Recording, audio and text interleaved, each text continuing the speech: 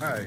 If you watched my last video about making and pressure canning tomato sauce, I said that I was going to be doing something with the leftovers from the tomato press. Well, this is it. I'm going to put it in this dehydrator and then put it in a blender, blend it up, and make some tomato powder, which is awesome for adding to stir fries or adding to soups. I've used it, put it into homemade sausages. It's just all around great thing. It'll thicken sauce and adds a lot of flavor to soup. And you're not wasting all that flavor from those skins and the cores and everything from the tomatoes. So I just put parchment paper down in the dehydrator, cut a hole in the middle for the air to flow up, and then spread it out real thin.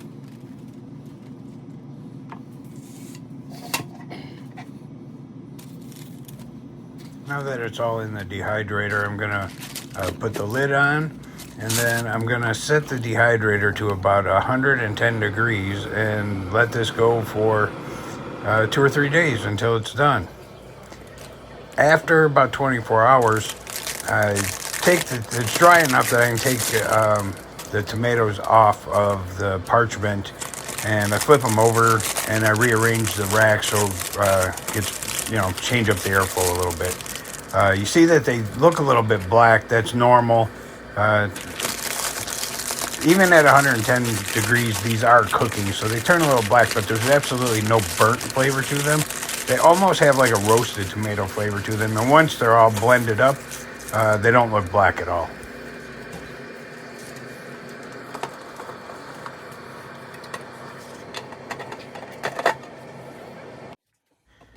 And a couple of more days later, so this is the day 3, so 72 hours ish later, I just take the tomatoes out, break them up into pieces small enough to fit into the blender, and whiz them up until it breaks into a powder.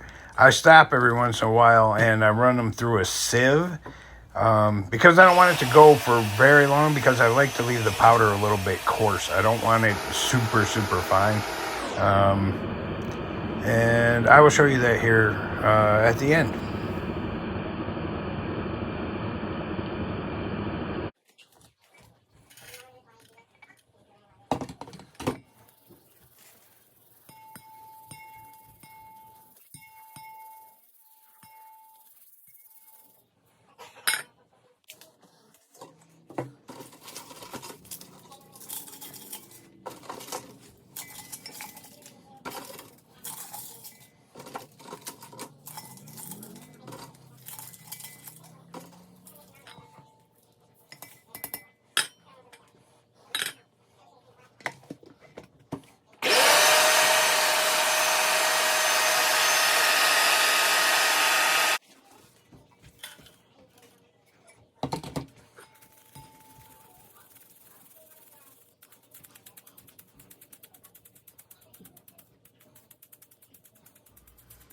And here you can see what I was talking about leaving the powder a little bit coarse.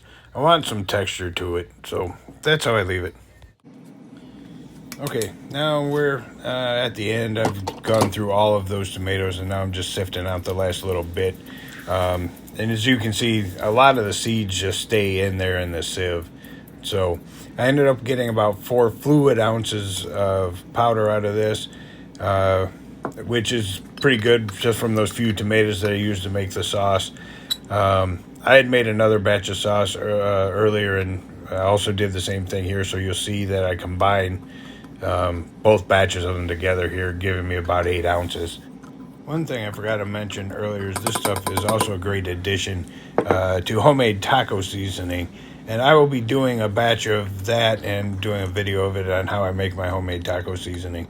I hope you liked the video. If you did, give it a like and a subscribe, and leave a comment, and I try to answer all questions. Take care. Bye.